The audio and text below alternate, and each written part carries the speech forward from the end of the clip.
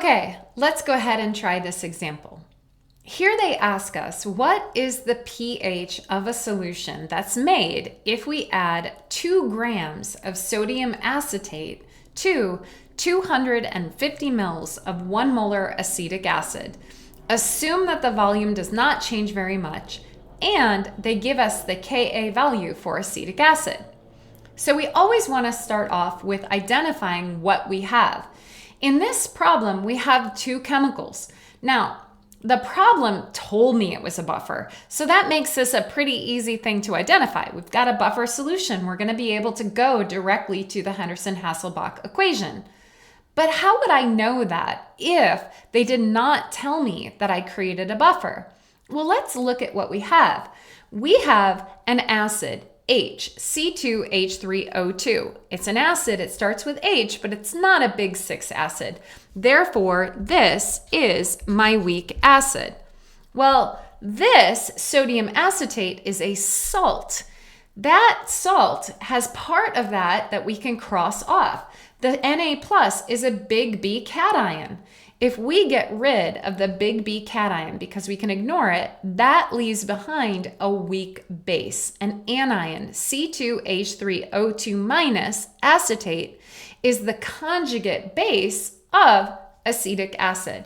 So we have acetic acid and we have our conjugate base, the weak base. So yeah, we have a buffer. We're going to be able to go directly to the Henderson-Hasselbalch equation, which reads pH equals pKa plus the log of my base concentration over my acid concentration for my conjugate pairs. Now, I have the Ka, so it's going to be easy for me to get the pKa, but I don't know right now the base or the acid. I know that I have an acid molarity of 1 molar, but I don't know the concentration of the base. You have a couple of options. You could calculate the molarity of the base. How would we do that? Change grams of sodium acetate into moles, divide those moles by liters of solution. That's one way.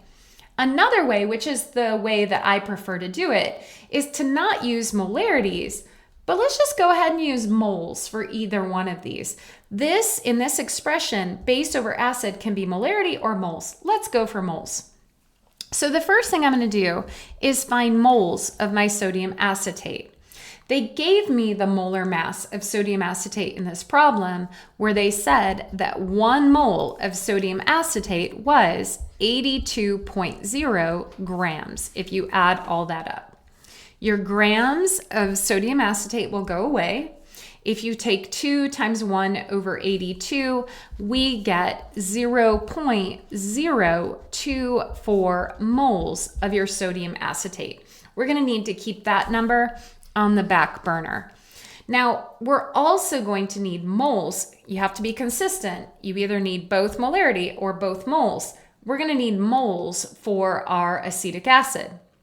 The way that I'm going to calculate the moles of acetic acid is your moles, N, is equal to the molarity of the acetic acid times the volume of the acetic acid in liters.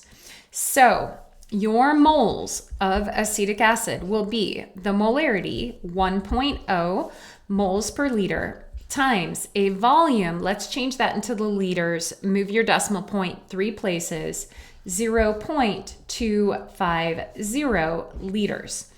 If you go ahead, take 1 times 0.25, we get moles for our acid of 0.250 moles. All right, we have moles of each one of those, our acid and its conjugate base. We can go ahead and plug those into the Henderson-Hasselbalch equation.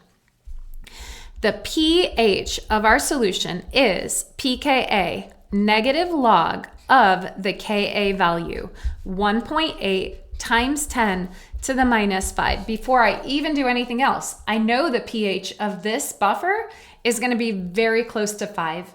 It's probably going to be between 4 and 5 because the pKa dominates your pH in this expression.